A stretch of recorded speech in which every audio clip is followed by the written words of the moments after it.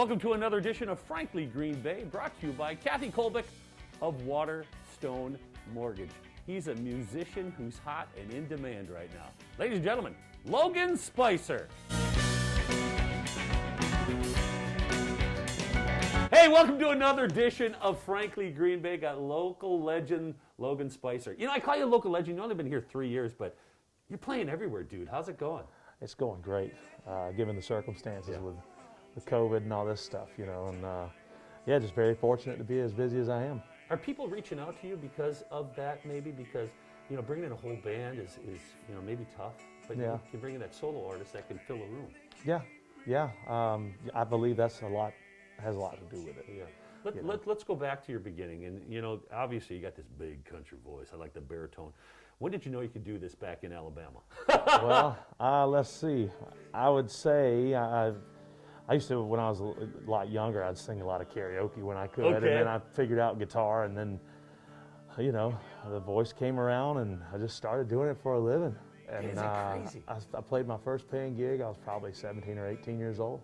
Did you always have the big baritone voice, too? I've always had the kind of the lower, You could do the Travis. The lower register, all that stuff, man. So when you were down in Alabama, Gulf Shores, geez. I mean, entertainment capital. Hello, Bull Shoals, or what's it called? Gulf Shores? Is that where? Gulf Shores, Orange Beach area. And you got so many places to play. Did it come to you? I mean, where people started booking you right away? Well, it took a lot of work. Yeah. You know, young kid, not, you know, pretty green, not that great at the time. Still learning chords and remembering lyrics. I used to carry around a book this thick. You did? Oh, yeah. Oh, yeah. Over 300 or 400 songs in it. I'd thumb through it, have an index. Somebody requested, and I'd have to thumb through it. And nowadays, they got the iPad. You can just pull it right up. Yeah. I want to talk about how you met your wife. Now, were you playing a bar down in Gulf Shores and she saw you, or what happened? Actually, tell me the story. Funny story is the sardine can right down the road here. My buddy owned that at the time, and she bartended for him. Really? Yes, and they flew down into Pensacola, Florida, and drove over to Gulf Shores. And I actually went with, his name's Boyd. Well, I actually went with him and picked Jessica and her friend up from the airport. And we made a day of that. We went to a couple bars, had some cocktails, you know, and played music. And I don't know, man, the rest is just history. My goodness. So you get married, and how did she talk you into moving here, dude? You know, because you went. She's good looking. Well, of course she's good looking. I know that. I totally get that.